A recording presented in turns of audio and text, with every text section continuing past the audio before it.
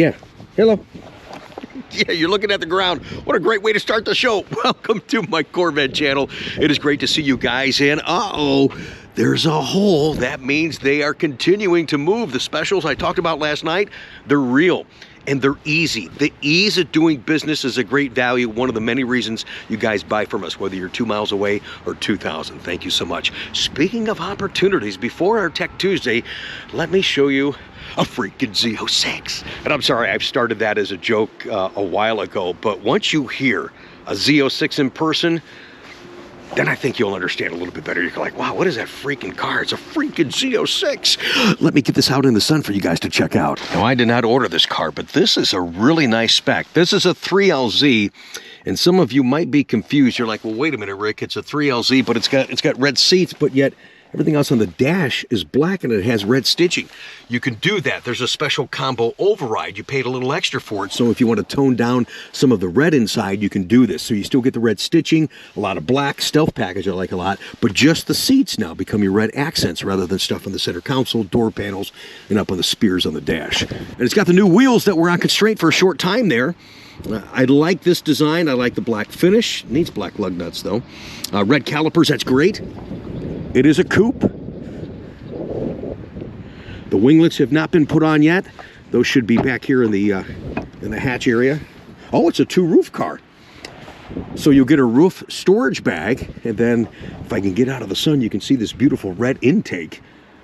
Man, is that, I mean, that's just gorgeous. Wow. So a glass roof. It's got the plastic cellophane on it, and removable body color roof. Some of those other items I was just talking about are up in here. Okay, so here's the roof storage bag. Here's a car cover. Which one then? Let's see which one it was. Not sure if it's outdoor or indoor. Okay, it's indoor. Black. And yeah, I can't really see it on camera. Can you see it a little bit right there? A little faintly. Corvette emblems all over the cover. Here's something important I can just talk about. This is kind of a Tech Tuesday subject. So this roof storage bag cover, sometimes you guys will want to order that when you're ordering just a coupe without an optional roof. Now, when you do the roof package, you get that roof storage bag cover, because if you had just one roof and you put that storage bag cover on this roof and put it in the car, it does not fit. Don't do that, guys. It's for the extra roof that you put in the garage or the basement or wherever, but not in the car, because that roof storage bag on the roof in the car doesn't work, man. Let's see what this thing's selling for. No glasses. $137,380. Nice opportunity there, guys.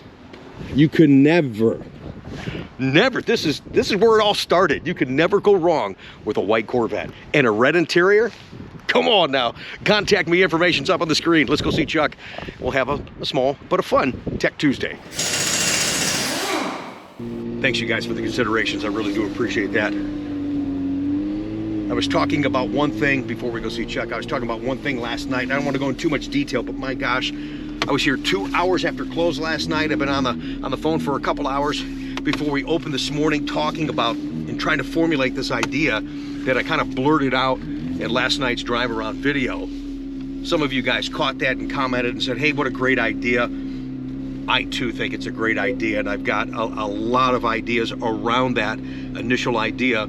Thanks to my buddy Joe in Michigan, my buddy Pete in Michigan. We talked extensively about it. I talked to Mike in Florida, all my buddies, my sounding board, my creative team, if you will. But just really trying to put my arms around, trying to do something fun and different and involve the YouTube automotive community. I've emailed all these guys, a lot of people. If they respond and the majority responds, then we'll have a more detailed conversation. It's like, no fair talking about it without it actually being a thing, but I'm trying to put this together, man, because once I want to do something, I don't want to talk about it anymore. I want to freaking do it. So fingers crossed, we have some fun announcements coming soon on the channel. I'm always, like I said last night, I'm not looking at just today or a couple of days ahead. I work with guys that do that. I'm looking way out over the front end of this car. I'm looking months down the road, years down the road, preparing, planning, and anticipating what's next for Corvette and what's next for all of us here on the channel. So thanks guys for keeping me busy, because I'm having fun with that creative outlet as well. I really do appreciate that. Yeah, man, I'm really liking the stealth package. Did you guys catch it in the one video I did? Well, it's covered up here. I don't know what video it was we just did recently. We were the first ones again to discover that the stealth package, the center speaker, is darker on the 25s than it is on the 24s. Why, I don't know, but all I can tell you is I love it.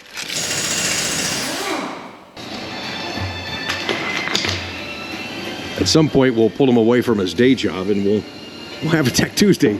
Chuck's always busy, man. Maybe Friday. It's that time of year. I don't need you to turn the radio up. We hear that you have Christmas music on. Yeah? I know it's November 12th, but it's been on since November 1st. It has. YouTube, gotta love it. I know. Welcome to our YouTube channel. Welcome to Tech Tuesday. Got a quick one, but a fun one for you tonight. Sending in your questions that'll help you and hopefully other Corvette owners out there. We'll let you go ahead and start unless you got anything else you wanted to lead with today. No, just some Christmas music. Certainly don't want to share the conversation you had with your wife. No. Okay. Okay, it says, hi Rick and Father Chuck. I have a question for Tech Tuesday. I know you've been having fun tracking your car lately. So what was the process when switching back and forth from the factory Z51 brake dust nightmare pads to the Carbotech street pads? That's a good question. Yeah, comes from Joe. I mean, step one, always disconnect battery, so don't do a self-test. The rears, you just drive the pins out and change them. The front with the Z51, because it's got bigger brakes, you have to take the caliper off the car, or take it loose from the rotor to get the pads out. Okay. And once you got the caliper off the car, how do those pads come out? Do they slide out like the non-Z51s? They slide in. Oh, they slide in. Okay. Yeah, you got to take them out through the middle. Yeah, and you're right. The Z51 pads, and I've got some track pads on right now that I didn't get a chance to use. I've got to get them off there because that brake dust is just ridiculous. And the Carbotech 1521s, they are the real deal. For street driving only, I would be worried about doing any spirited driving, certainly no track driving, and Corey made that clear when we went to his place last year and talked about all the different brake pads that you could use on your car in addition to different rotors. So good question, thanks for sharing that. Good to see you're getting out there and enjoying your car just a little bit. Not even a low-speed autocross. Yeah, good point. Yeah, and the 1521s, no, you're right. Don't use that, they'll disintegrate. Right. Yeah, you don't need that. All right, Tech Tuesday continues. We're going to finish up with your beautiful rides. This comes from Kevin. Good. I got to show you guys this. I don't know if you can see it on camera. It says, "Hi, Rick," and it says, "Hi, Rick and Pope Chuck." But there's an icon there. Yeah. Can you see that icon? That looks like a poopy icon. It's Poop Chuck. I needed that today. Thanks, Kevin. What the hell? I appreciate that today. Oh, you're actually going to have to answer this one. Okay. I got a 22 C8 Corvette, 4,000 miles on the tires, and I'm sure you've been asked this before. We have, but let's cover it again because it's always good conversation. I picked up a small nail, approximately about 1/8 of an inch diameter on the right rear of the tire, about 4 inches in from the sidewall, losing about 2 pounds per week. Yeah. Can it be patched or plugged? He says we don't track the car, don't plan to. What do you suggest, guys? Thanks, Kevin. I appreciate that. He says he loves the show. We love these type of questions because these are good things to revisit. And I think about I don't want to steal your thunder, but your analogy last time talking about this was actually quite spot on. Well, yeah, I mean, Michelin says the tire can be plugged or patched. Yes.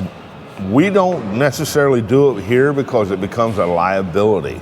Right. And the best analogy I had, you know, I can fall and shove a nail through my hand. Will it heal? Yes. But will my hand work the same? Maybe, maybe not. Right. So tires the same way. When it goes through that tread and actually starts leaking air, it went through all the belts. It has now hurt the integrity of that tire. Right. Can it be patched? Yes. Michelin says it can. Do I recommend it? No. I think you compromise the performance of the tire. In addition, more importantly, you compromise your safety. Yes. So I think it's best just to err on the side of caution and replace the tire. I know a lot of you, go ahead and make all your comments. Sure. Guys last time did, oh no, so-and-so said this and so-and-so. Guess what? This is the only so-and-so I care about right now because we want to give you guys good advice. He just said, yes, you can patch Right. the tire. We recommend personally not doing that. And that's what you come to this channel for. So that's the answer that we have for you. Thank you. Prime example, we had an attorney with a C8 Corvette, got a nail in the tire. yeah. I tried to sell him a tire. He's like, well, I called so-and-so. They said it could be patched. Okay. And the service advisor said, absolutely it can be patched. But what happens when you go out and wreck that car and they go, oh, this plug tire caused that? That's what keeps you in business, suing people. Right. So we Right. would rather step away from the liability and just sell you a new tire. Yeah, there's some value in doing it right. It Sure. may not be the answer that you want to hear, but doing it right, giving you the right feedback, and just the right analogy, and just, you know, the either or scenario. So you choose what's best for you. Right. But I think we're right on this one. I feel good. That's why we're talking about it now. So good luck. I would just, especially it's constantly losing air. I would definitely change it. Usually that was a characteristic more on the C7s, not so much on C8s, but on the C7s when people would say, hey, I'm losing air, it wasn't necessarily a nail or what have you in the tire, it was a cracked rim. So Sure. I would definitely change out the tire and just be safe going forward. This guy must have sent something in before. I apologize, I don't have the previous question. Dave from New Jersey says, Rick, thanks for responding to my question. It was something to do with the C8 and the difficulty of putting that car into neutral if you don't have any power to the car. And he's asking in today's upload to share with you guys, because we talk about there's a tool that you can use to manually put it in neutral Right. and move the car. And he's asking if you can buy that tool. I'm sure you can buy the tool, but people don't realize you need more than one person to do that, because you actually have to hold that down while somebody else is pushing and steering the car. So you need 2 or 3 guys to do that, and you have to take half the crap apart in the back end of the car to even get to where that tool's at. Well, even if you have power, it don't matter.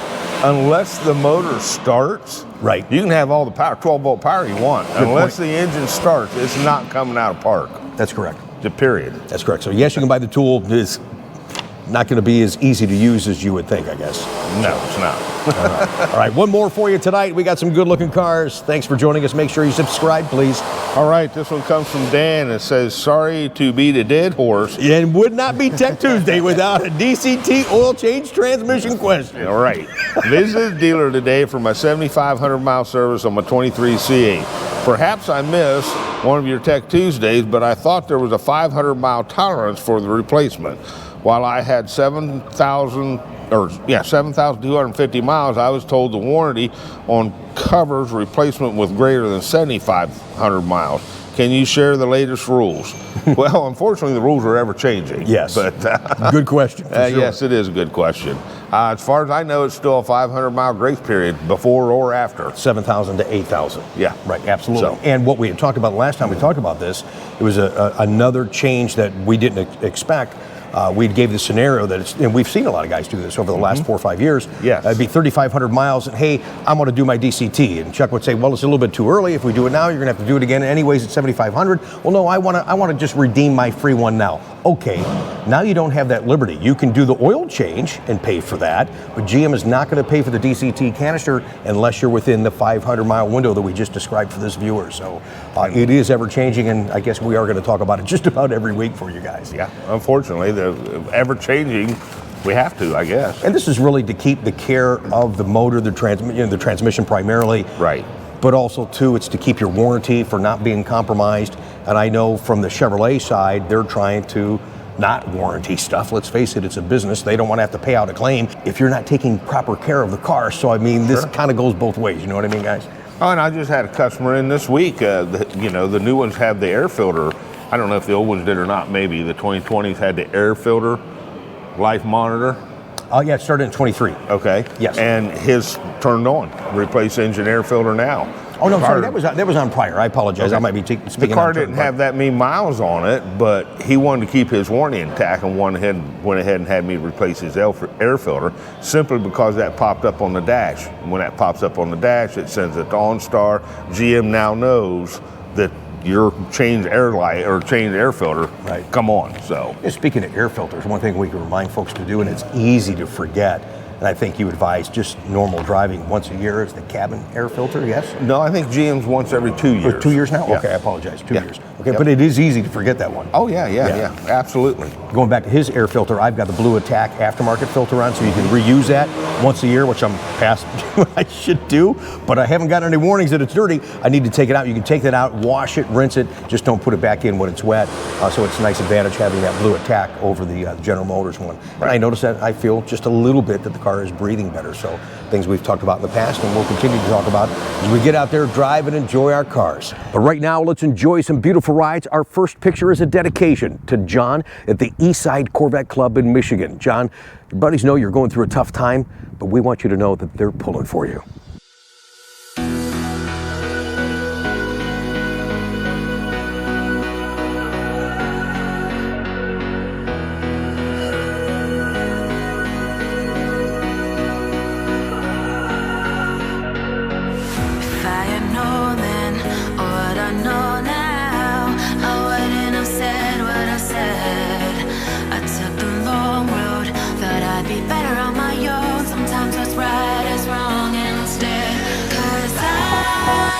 I was too young, and I didn't understand that you are the one, and I can't wait to see you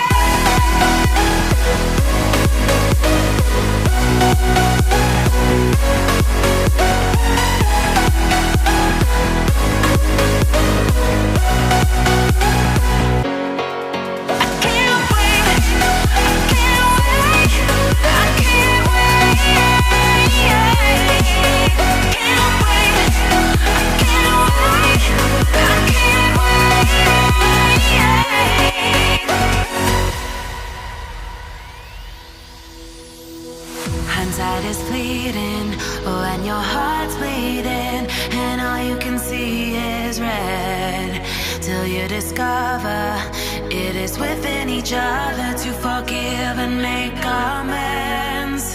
If I had known then, or what I know now, I wouldn't have said what I said. I took the long road, thought I'd be better on my own. Sometimes what's right is wrong instead.